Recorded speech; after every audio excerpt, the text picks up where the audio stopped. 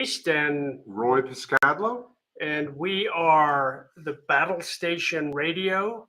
We are coming to you live on KMMU.org, MainStreetMediaUtah.com. We can be found on Rumble. Just type in KMMU, and also on X and YouTube. So how you doing today, Roy? Pretty good. How about yourself? Doing pretty good. I'm ready for the heat to cool down a little bit, but that damn global warming. Oh man, the global warming's terrible. It is. It's horrible. It's never ever seen it like this before.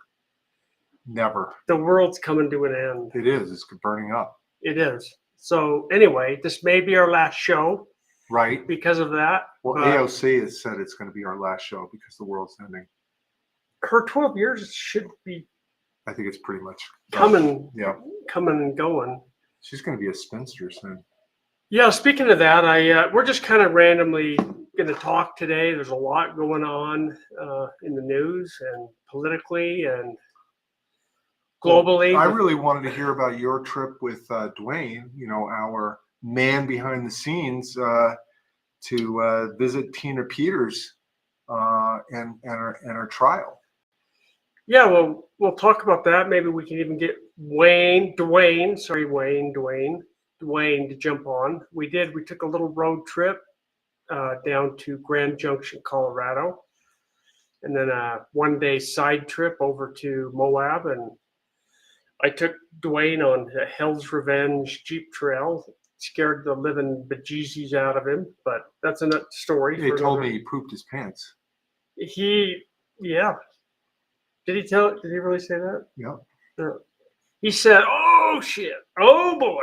several times. No, he did not poop his pants. But he did have fun. Did not poop his pants. Okay. I had to pry his hands off the straps. So he was like jacked afterwards because he was holding on so tight. He just like got big guns. Yeah, well, his hand was seared into the strap that you hold on to. But we had fun. No, it was fun, and Dwayne took it all in good. It's a good fun road, and you take pictures of it, and it doesn't do it justice because it's in 2D, and you can't get the dynamics. The perspective of how steep some of that stuff really is. But yeah, we did go down on Sunday and to Grand Junction. There were several guests that were supposed to come. Sheriff Mack, Joel Oatman. So Sheriff Mack, where's he from again? Arizona. Yeah. Okay. And he leads up the effort for the constitutional sheriffs. And he actually won a case in the Supreme Court.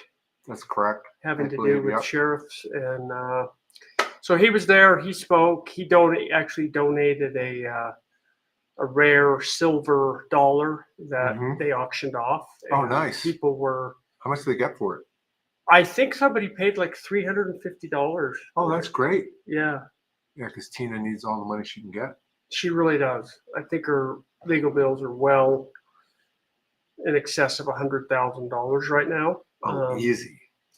Yeah. And so as we were driving in, and of course, we found out 2 days in advance that the venue had changed because the people that were initially holding it, it's a private facility that you rent out.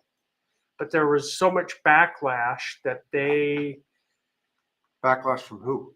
From the public, and bad reviews on Google about the business because they were going to hold this event, a fundraising event for a criminal, and they caved. The people caved, and so they didn't have a venue to go to.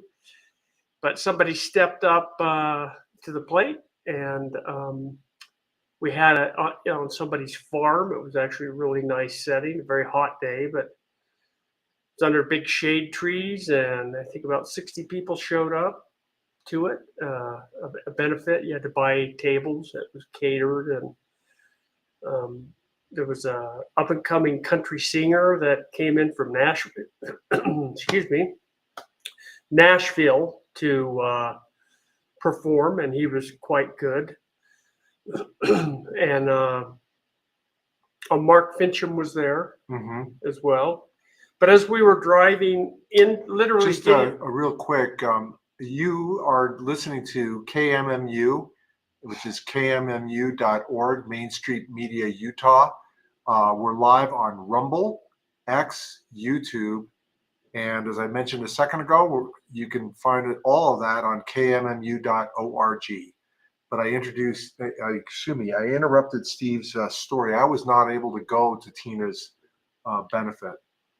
So yeah, and how did you get into that thing? I mean, well, of course, anybody could go if they're willing Right. to pay big bucks to buy a table. right.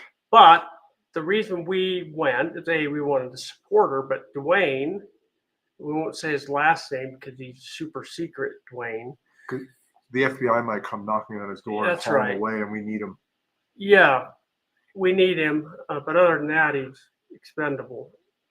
Dwayne actually had got tickets because of all the pro bono work that he's done for Tina. So he did her website? He did her website, a couple, 2 or 3 different websites over the course of the last 2 or 3 years. For her? For her, yeah. And Set up donation buttons and. So what is her website? Do you know? Freetina.com. freetina.com. So As people are talking to us or listening to us here, we can, if you go to freetina.com, you can donate to Tina's legal fund, as Steve mentioned. It is quite expensive defending yourself against the state, particularly when you've been wrongfully indicted and you now have to spend a ton of money on lawyers. It could bankrupt her if we don't have people helping her. And that was the whole purpose of going to Grand Junction, wasn't it? Well, that's true. And to be honest with you, that's part of their tactic. It's not just to convict someone. And in this Right. case, wrongfully, the real perpetrators here are Griswold, the Secretary of State, and the prosecutor. What's her first name again? Jenna Griswold. Griswold, Mrs. Griswold. Greenwich, Griswold. Griswold Village. So the intent is to not only convict you, and if they don't convict you, they're pretty successful at just bankrupting you, because even if you win, you don't get your money back. No, because you had to spend money. And you know what they're doing? They're using our tax dollars to pay for these indictments, and then the legal fees are funded through tax dollars. That's right. And so, poor people like Tina, or any one of us, to the extent that we're on the receiving end of that, the government is using our tax dollars to persecute people. Yeah. It kind of sucks. That sounds like a fascist, Marxist, even communist state, right? Absolutely. So as we were pulling into town, and we had every intention of just going to the venue, we get a call, or Dwayne gets a text from Tina Peters saying that she needed some immediate changes to her website having to do with the donation buttons, etc. But Dwayne didn't have his computer, so she said, well, come on over to my house. Mm-hmm. So we ended up going over to her house, and this was Sunday afternoon. She's sitting there with her attorney, going over matters for the following day, because her trials actually started last week. The preliminary things, and Dwayne could probably speak to some of that a little better than I. But she called. We went over to make the change on the computer that she had there. And I'll be damned if she didn't have a ankle bracelet on, like she's a flight risk.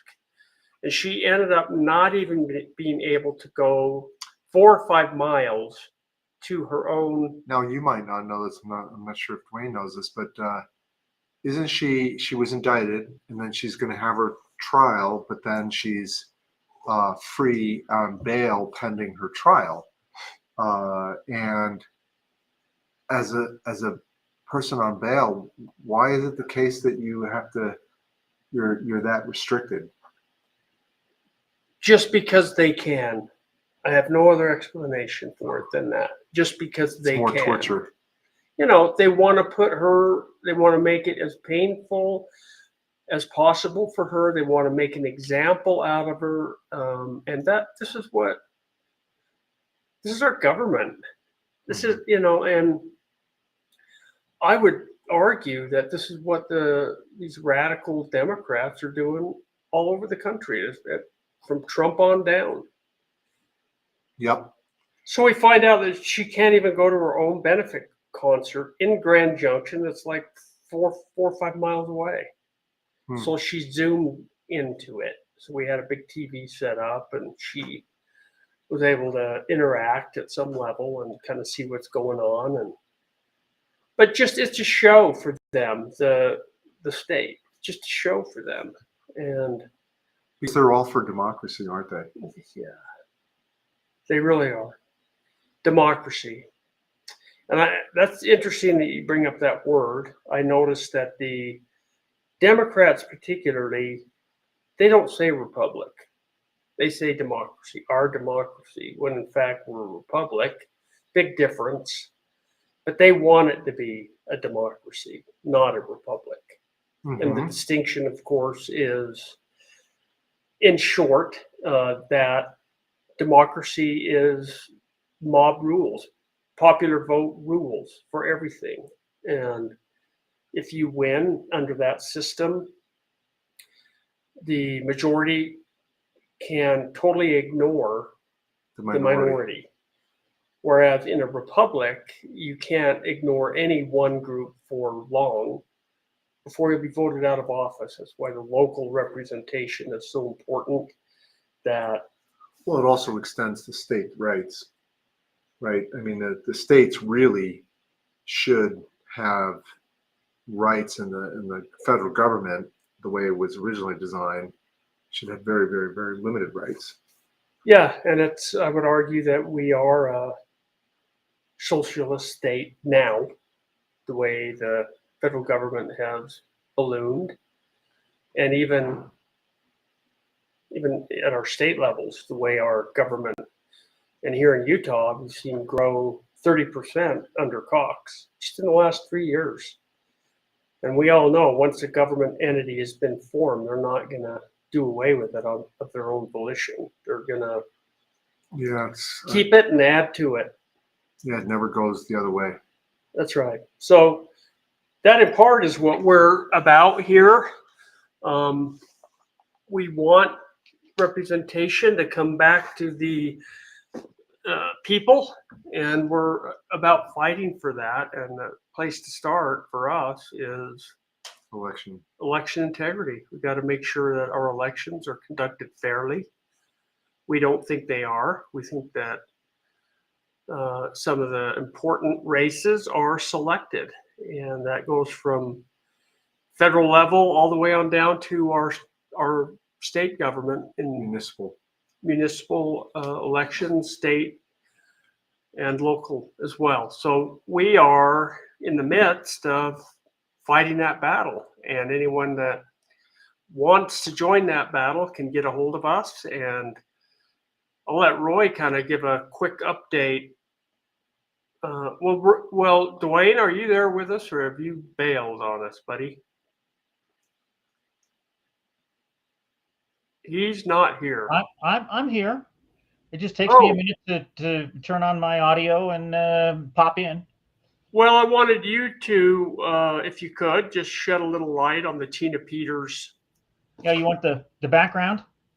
Yes, please. Yeah, I'll give you the Reader's Digest version, because it's not a complicated story, but it became complicated when the state got involved. Okay, Tina Peters was the the county clerk in Mesa County, which is that wraps all around. What was the city we were in? Grand Junction. Grand Junction. And the courthouses are in Grand Junction. That's where she worked. She lives there. She was the county clerk, and at election time, she was in charge of all of the voting and the voting machines. And Dominion came in and said, well, we're going to have to upgrade your machines. And she said, well, will that cause a problem with the data? And they said, well, we don't think so. So, being proactive, she said, well, I need a backup of it just in case something happens, because it's got voter records on it. And so what she did. And one important thing you left out, Dwayne, was, she is obligated as the county clerk, Mesa County clerk, to maintain the records, the election records, the data, all the data that was produced during the 2020 election, as well as the election that followed, for 22 months at least, is my recollection. By law, she is obligated to retain and protect that data. Right. So if she allowed Dominion to install the software update that you're about to describe, and it overwrote the data that was there, and she lost it all, then she would actually be violating her oath of office. Isn't that correct? That's correct. And she's the county clerk. She's not a technical person. So she said, well, I got to do something to get this data backed up. So she hired an outside service to come in to make an image of the voting machines. And they're all just Microsoft machines. And they do the registration of the voting, and, people drop their ballots off and they get scanned in and it counts the votes. So she was worried that something might happen to that data. So she engaged this third, it's a third party group, tech group, to come in. Well, turns out that they could only do it during certain hours. And in order to facilitate that, she had to let them into the secure facility where these voting machines were. Except she couldn't be there. So she got someone else their ID card to let these guys in to do their backup. Well, that is a security violation. And that's what she's been arrested for, because she started blowing the whistle going, well, wait a minute, things have changed here. The data's different. We got a problem. And apparently nobody wanted that problem to be revealed. And so they arrested her on security violation by using a borrowed key card to get in and do the backups. And they arrested her. There were several felony counts of security violations. I mean, they threw the book at her. Probably they could have gotten by with just giving her a slap on the hand and saying, you shouldn't have done that. But it was her job, and she didn't know. So now she's in trial with the state of Colorado. They've taken her to court, and she's been indicted on several counts. Interestingly, on Friday there was some kerfluffle about some of the testimony by some of the witnesses, and one of the guys perjured himself. And I don't know the exact details. If you really want to find out, you can go listen to the actual trial. We have it on our it's on our YouTube from Friday. This guy perjuring himself. And so how do people access that exactly, Dwayne? They can go to Rumble or YouTube or X, find our KMMU. You can search KMMU and you can find that trial. The trial's ongoing, and the reason we're not broadcasting it today is because you guys are here telling people about it. Okay. Yeah. So that's basically the story, and the court battle is going on, and I believe the final date of the trial is Monday next.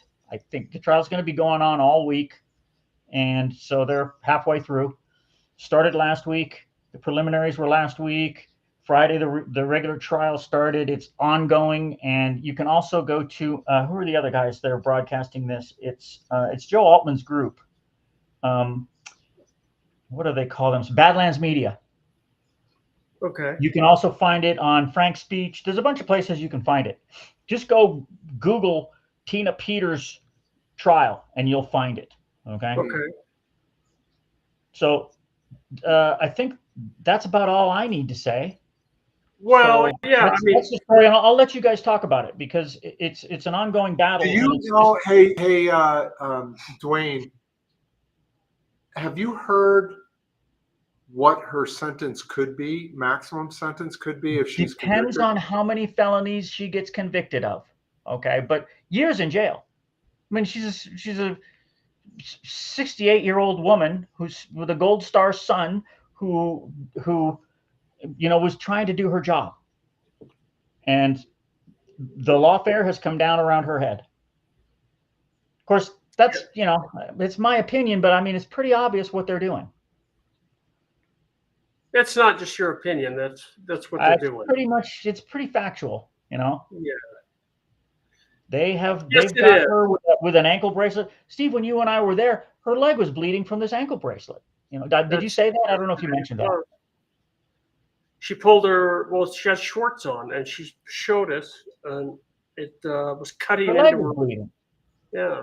Little old lady, She's a grandma. She's a grandma, and she's just a sweetheart. And they're running her through the mill. Yep. There's some bad people, bad dudes and Bad acting. women out there. And unfortunately, if Trump gets in, I don't think he can pardon her because of the Bad state acting. issue. I don't know. I don't know the law regarding that, but. And Whoops. Steve mentioned that there was pressure from local people there to basically get the business owner where you're going to originally hold the event. Do you guys have a feeling if it's like just a loud minority of people that did this, that forced the venue to boot you guys out, or is there really no support in the community in Grand Junction for her? Because I always got the impression that there was support.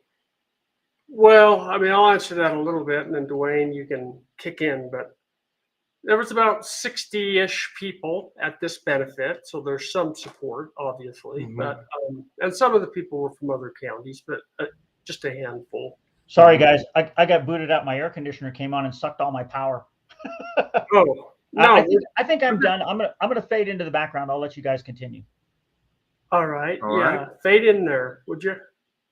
Chameleon. So anyway, I had heard, I don't know all the details, but a friendly company, that private company, supposedly, an event center type place, was going to hold this benefit. But people were complaining and they were getting negative reviews on Google. And so they dropped the event, claiming that it was negatively affecting their business to an extent that they may have to, in their view, start laying off employees. And they have to consider those employees when they make their business decisions, which is true. And I totally get that.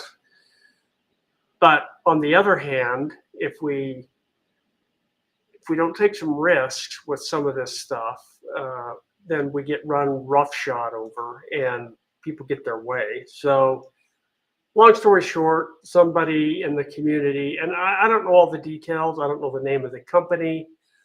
I'm not here to bash them, but that's what happened apparently. And somebody stepped up in the community to add a farm essentially, and we did it out in their back grass, and it turned out nice. Do you know if Jeff O'Donnell was there? No, he was not. Mm-hmm. No, there was there was a few people that were supposed to come. Ricky Schroeder, the childhood actor, was going to come, among others. But there's a professor from Texas, a math professor, who actually did a computer science professor, excuse me, that did some of the analysis on the data from the hard drive. Uh-huh. So Jeff O'Donnell did something, and he wrote a report, and this other guy wrote a report, and he wasn't there. It would be really good if like with Rumble and YouTube, there's like a comments, not a comment section, but there's a section below it where you can put links to these, reports and other information. It might be good for the users to be able to link to those reports, because I'm sure that Dwayne knows where those things are. Yeah, maybe. Because If some people are people might interested. actually want to read them. I mean, I've read them both, but I read them a long time ago. And another thing to look for is, like, I think it's Laura Logan, the South African lady who used to be on 60 Minutes. Mm-hmm. She did a movie, on Tina Peters. Yeah. What was the name of that? Do you recall? I don't remember. I'm gonna search for it while we're talking. Yeah. So anyway, this is KMMU radio podcast, also known as Main Street Media Utah. You can go to mainstreetmediautah.com, kmmu.org, or you can find us on X, Rumble, YouTube. Just do a search for KMMU. And this is also a live call-in show. And we probably ought to open the phone lines up a little early, because I think we're going to wrap the show up a little early today. And that number is 385-899-2134. So let's go ahead and open Dwayne, if you're hearing this. Let's open up the phone lines now, see if we get any callers. 385-899-2134. Your lonely call screener is waiting. Okay, great. Look forward to. I'll see if a call comes in. If it does, I will let you know and drop them in. Okay. Let us know. It's actually on Tina's website. So actually, Dwayne should know this because he probably built the website. This one. This is tinapeters.us. So TINAPETERS.us. There are two websites. I'll show them on the screen for you. Okay. And that's that has the movie's called Selection Code. That's right. I remember that. Yeah. And there's a there it is. You vote, they decide. It's funny how that works. Selection Code. So if you're interested in learning more of the details about Tina Peters, go find that Selection Code.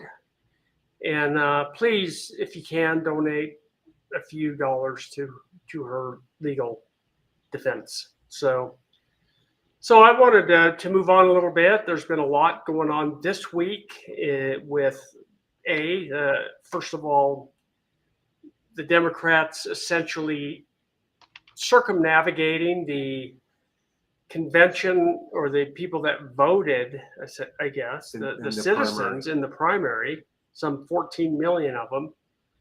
Essentially, their votes didn't count, and the powers that be in the Democratic Party decided that Joe Biden was going to step down, and forced him to do just that, and promoted and propped up Kamala Harris, a person that did not get not even a single delegate vote in the 2020 presidential primary, Democratic primary, and someone that has done essentially nothing, as far as I can tell, as vice president. And the media and everybody else is backstepping that she wasn't even supposedly the border czar, her one responsibility that we all think she might have had, that she did essentially nothing, is now, according to Main Street Media, tied or leading Trump, which I absolutely don't believe at all. She's not done any interviews. She's basically hidden in the basement up until yesterday, when she named her vice presidential. And by the way, just backing up a little bit, they voted the delegates via Zoom, and she won the nomination by getting the delegates that had been essentially earmarked and promised to Biden through the people voting for Biden. So I don't know how they can do that legally. Even I'd like to see if it's even within their bylaws that they can do that. I have no idea. I know that you couldn't do it as a Republican. Maybe the claim is that Biden stepped aside of his own accord, but that doesn't mean that people would necessarily automatically vote for I actually Kamala don't Harris. think that you could do that as a Republican candidate based upon our Republican bylaws. Yeah. So. Well, I'm not familiar enough with the Democratic bylaws on the federal level to say whether. And for our audience, I mean, both the Democrat and the Republican Party are both private organizations. Mm-hmm. So, the Republican Party, which I'm more familiar with, when they select a candidate as, for running in an election, whether it's for the mayor or whatever, House of Representatives, whatever it's going to be, theoretically, this is the way it used to work, the organization itself would actually, and the members of the Republican Party would vote for the candidate that they want, and it's their decision. It's not like some party boss's decision. Whereas the selection system for the Democrat nominee, there's primary, and that's typically what happens. But in the end, this time, the Democrat Party, the senior party officials decided they were going to choose somebody other than Joe Biden. Then they decided that they were going to choose Kamala Harris, and then Kamala Harris needs to pick her vice president running mate, which just happened yesterday. Yeah, this Tim Walz, the Minnesota governor, who seems like a real piece of work to me. Stiff. A real what? A real stiff. Well, I don't think a lot of people knew a lot about him. I guess a lot of people are learning very fast. Yeah, well, a little bit about the guy. He's Minnesota's governor. He started out as a teacher, I guess, in his career. And they're really touting the fact that he was a coach in high school, a football coach. He was a position coach. He wasn't the head coach. Apparently, he ran for and won a seat in Congress in Minnesota back in several years ago, and was a congressman. I think it's from 2012-ish, if I wasn't. I'm not sure. Might even be before that. He was in the House of Representatives when Nancy Pelosi was Speaker. Well, she was Speaker a couple of times, and she's certainly been there a long time. Yeah. So he was there a while, and then I think it was 2020 when he became governor. And maybe he may have served one term before that, but it was the whole George Floyd debacle under his watch, where he basically let the city of Minneapolis burn with the riots that went on and on and on, and he basically did nothing to prevent that. And when he finally decided to, it was much too late. And just a lot of carnage, a lot of good people losing businesses. They ran the police out of the area, and to this day, that they've still not manned the police precinct again. He's defund the police guy. He's a socialist, essentially. He was responsible for putting tampons in boys' bathrooms. That's right. I mean, like 5th and 6th grade. Yeah. Boys. I mean, who does that? Who does that sort of thing? Did you hear what the web started calling him? No, I didn't. Tampon Tim. Well, Tampon Tim, and there's all sorts of memes with him being like a knight and holding a tampon over his head, and it was like the #1 trending number one trending topic tag on X in the last 24 hours. Tampon Tim.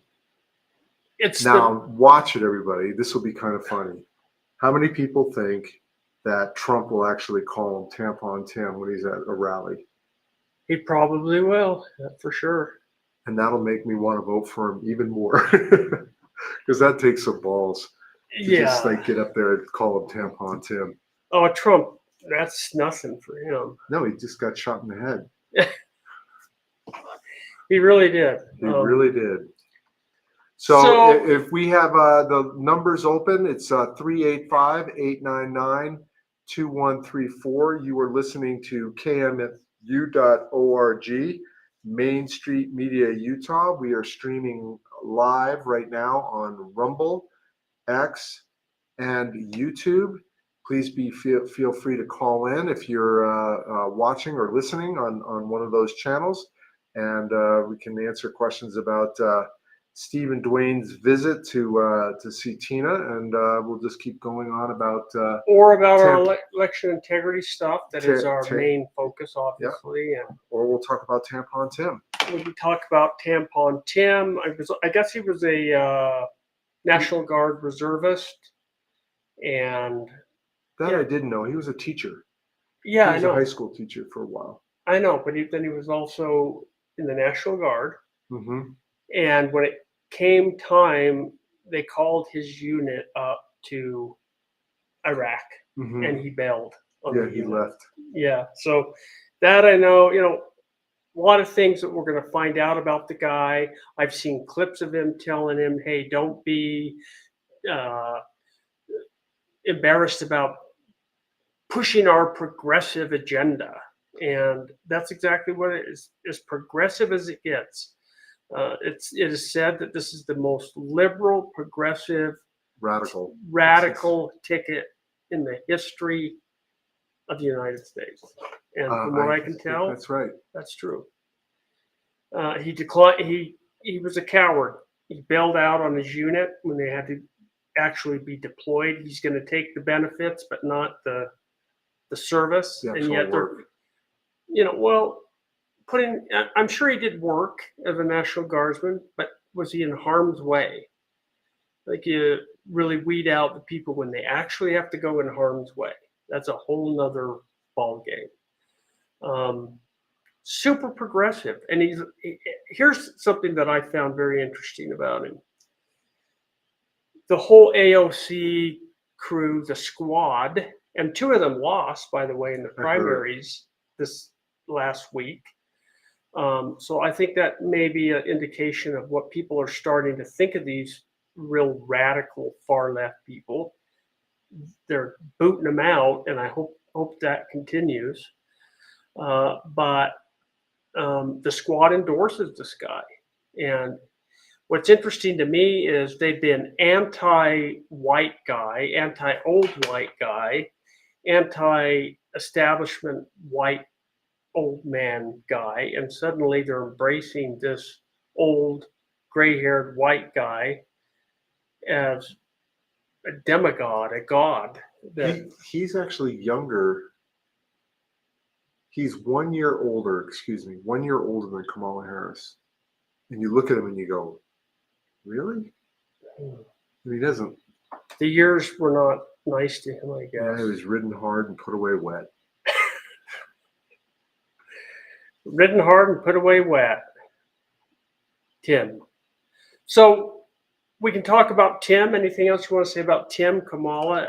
I heard the opening, their opening spiel yesterday in Philadelphia where they were introducing him. I actually listened to the speech. I think I sent you a text saying I threw up. Vomit. I threw up a little listening to that, but I want to hear what they say. Well, today they went to Wisconsin, and it was word for word the exact same speeches by both of them. We wrote it on a teleprompter. We read it right off the teleprompter.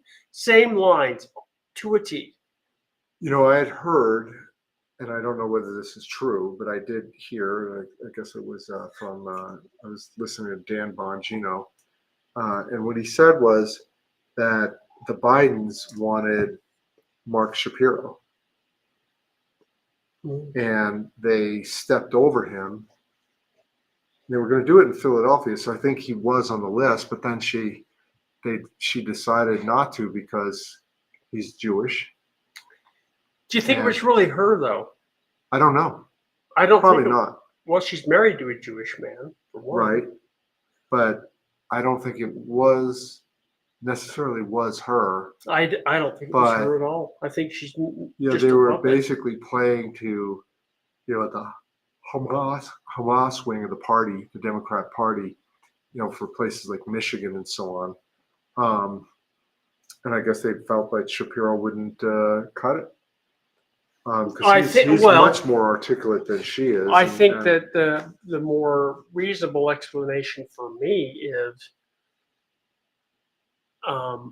he would upstage her big time. Yep. He would upstage her. He would really make her look dumb. And Tampon Tim is not going to do that. Tampon Tim is just a useful idiot. Mm-hmm. Just a useful idiot. That's really full of himself. He won an election and he thinks he's all that and then some now. And he's truly un-American.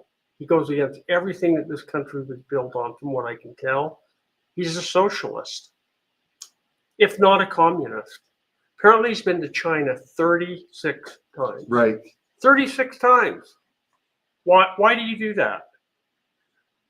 Because you like Peking duck? You like dumplings? Yeah. You like dim sum? Chinese massagers, maybe. Oof. Anyway. We'd really like to hear from you. 385-899-2134. We're going to wrap the show up early today. So, give us a call. We're going to run till 5 today. And let's chat for a minute. As Roy and I get ramped back up with our talk show, we put it on hold for a bit. Roy, why don't you fill everybody in on, just since last week, on what we're doing with our election integrity effort and what we're doing exactly, where we're at in the process. Well, we've limited our search to date to Salt Lake County and just dead voters, and then we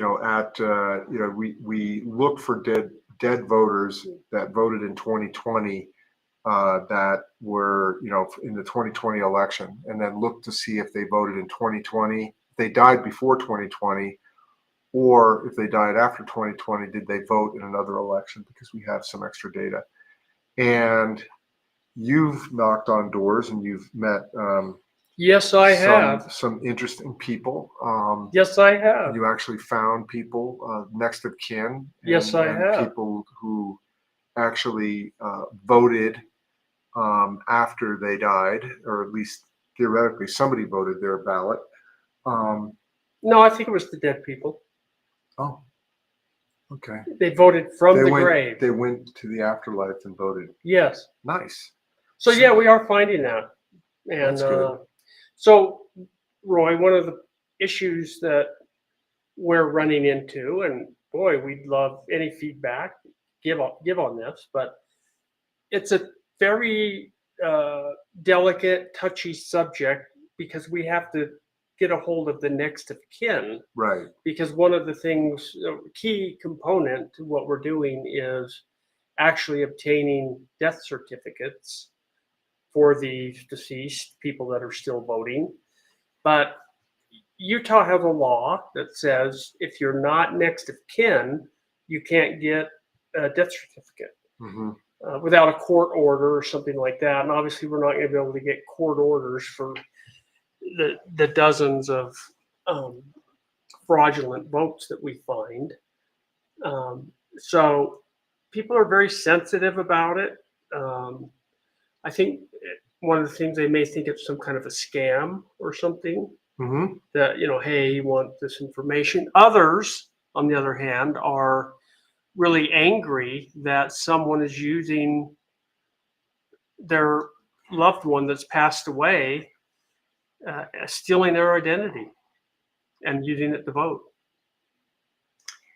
I agree, and I think we should probably set up an entity here.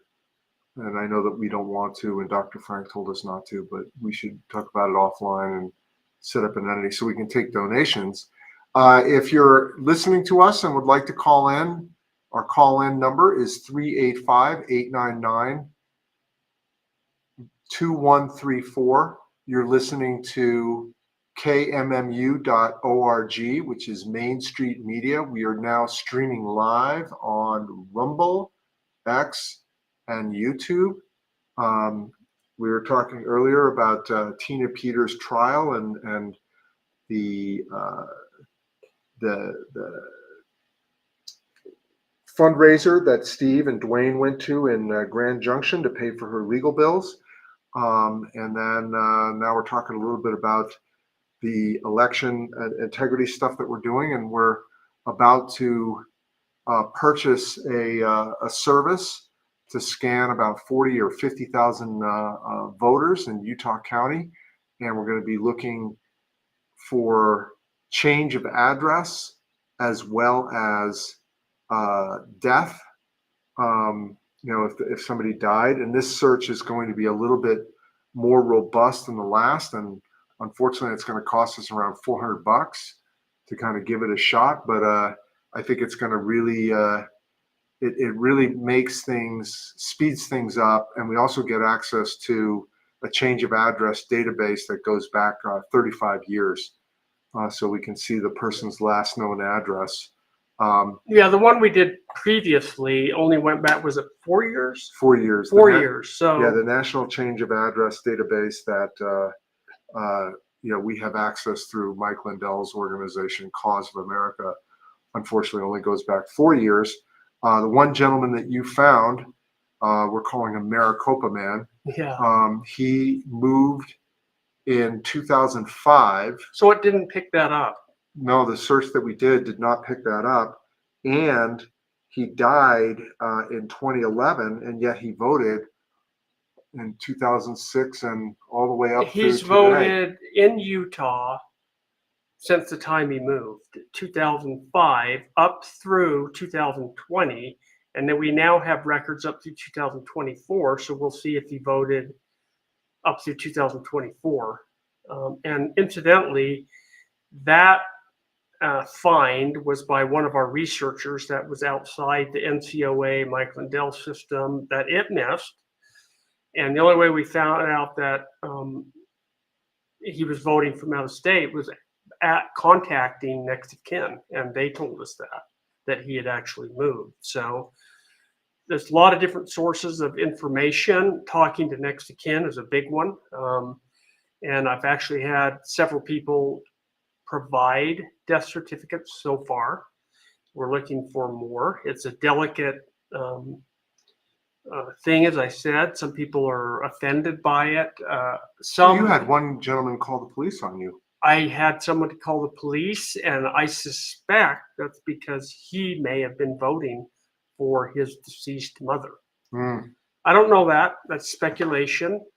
But he said, I'm calling the cops. He wouldn't even let me finish explaining what I was trying to do, and just took offense immediately, which tipped me to the fact that, well, he may be the one voting and getting away with it and thinking that he can get a couple of votes in there for his preferred candidate. I don't know if he was Republican, Democrat, or otherwise. It doesn't matter. This is nonpartisan. Matters. This is an American issue. This is something we want to clean up.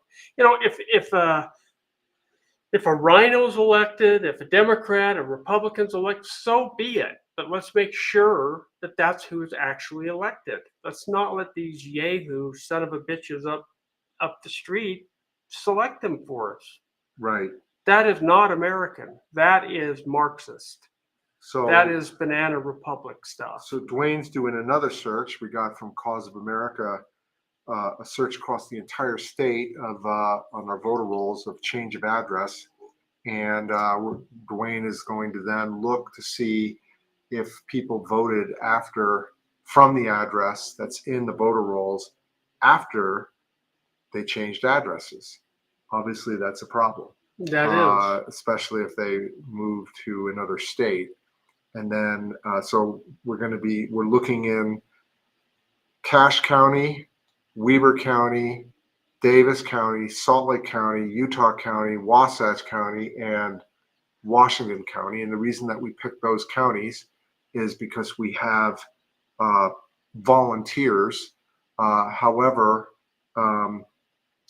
if you're interested in, we're going to need people to actually go to knock on doors on these change of address fines in a lot of these counties, and we're going to have to get our volunteers to go knock on doors, and that's the hardest part, I think.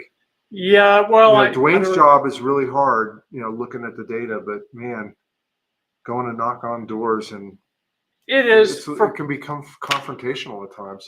It can, and so we need level-headed people. That's not necessarily me all the time. Basically, male and female together was the ideal, because then you don't look like a weirdo. True, and you're gives it a little more credibility, for sure. So interesting to note, we came across in Utah or Salt Lake County, excuse me, some voters that listed their birth date as 1809. So that would have made them 211 years old in November 2020. 3rd, 2020. So we've been very curious about that, wondering why and there's like 350 or 60 of those, all with the same birth date, 9/9/1809. And everyone 211 years old, same birth date. So we've started going through some of these just to see if we could see a pattern and see. Even find a person. Like, does that person even exist? Find a person. And so there's one of our researchers, one of our very good researchers. I don't want to say her name. I'm not sure she wants it said, so I won't do that. And myself, I started looking into this category, and I thought, I'm going to really pay attention if I can start to see a pattern of why they're in there. Are they? And I may have noticed these people voted. 90% of them, mm-hmm. Probably 95% of them actually voted up to the records, in this case, 2020. And the ages are varying, but what I'm starting to suspect with that category is they may have made a slight change on the person's name. They're very hard to track. Not all of them are hard to track, but many of them are harder than usual to track. And there's a lot of people I can pinpoint. Say that you had an unusual name. You say, well, how many people could be in Salt Lake County with that unusual name? And you end up finding someone a block away from where by looking at other records, a block away, that may have had the middle initial of the name changed, for example. So the first and last name, but the middle initial is different. Right. So it would show up differently. And so I'm not there yet, but I'm starting to what we might want to do is, when we get this other data set for Utah County, let's add all those weird birth dates to that list. Let's just throw it in there. It's not going to cost 360 names. It's going to cost another $6. Yeah, good idea. Good idea. I don't know yet. There's a high percentage of them that have died, but finding the obituary definitive obituary information has been very difficult.